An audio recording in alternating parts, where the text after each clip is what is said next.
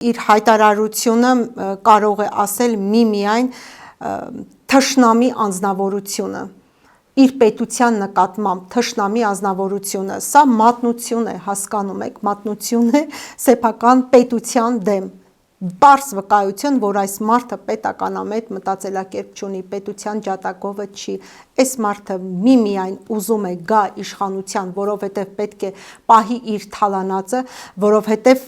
արդեն զգում է, որ մեծ վտանգ է սպառնում իր թալանածը պահելու, իր կեղեքածը պահելու համար եւ ուզում է գա, որպեսզի կարողանա եւ պահի իր նախկին թալանածը եւ գա իշխանության, որ էլ չգիտեմ, էլ ուզում հասկանամ, էլ ինչն է վաճառելու